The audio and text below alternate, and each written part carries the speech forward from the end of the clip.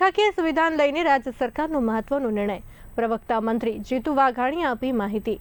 રૂપિયા 3440 કરોડના 2342 કામોને મંજૂરી આપી છે। વાઘાણીનું કહેવું 5700 કિલોમીટર લંબાઈના રસ્તાની કામગીરી નોન પ્લાન રસ્તાઓ રિસર્ફેસ કરવામાં આવશે। રસ્તાના મેન્ટેનન્સ બાબતે સરકારે નિર્ણય કર્યા છે। જાળવણીની સંપૂર્ણ જવાબદારી કોન્ટ્રાક્ટરની રહેશે। 8 વર્ષ સુધી મેન્ટેનન્સ કોન્ટ્રાક્ટરને કરવાનું રહેશે। બિનખેતી સહિતના સરકાર મહત્વના નિર્ણયો। બિનખેતી માટે ખેડૂતોને સર્ટિફિકેટ આપવાનો નિર્ણય।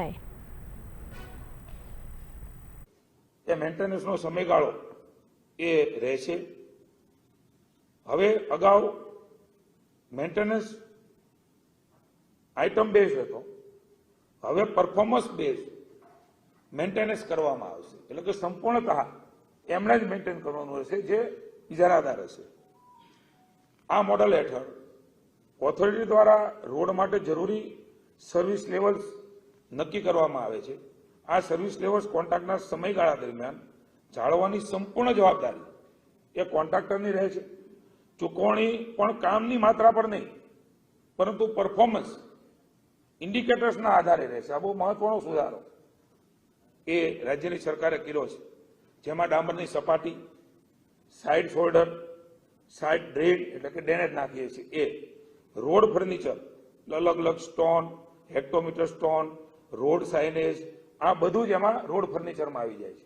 એટલે એ જાળવણી કરવાની રહેશે।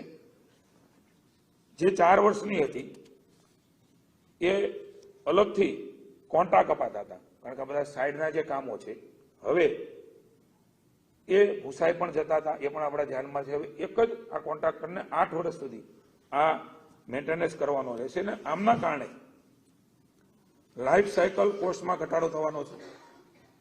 ઓછા પરંતુ લાંબા ગાળાના કરારો થતા કોન્ટ્રાક્ટ મેનેજમેન્ટની કાર્યક્ષમતાઓમાં નોંધપાત્ર વધારો એ પણ થશે। સરકારને ખર્ચ વધવાનો છે પણ લાંબા ગાળે રિટર્ન થશે। આ પ્રકારનું મહત્વનો નિર્ણય એટલે કોન્ટ્રાક્ટરો નવી ટેકનોલોજી, ઉત્તમ મટીરિયલ અને ડિજિટલ મોનિટરિંગ અપનાવવાની દિશામાં એમને પ્રોત્સાહન મળશે।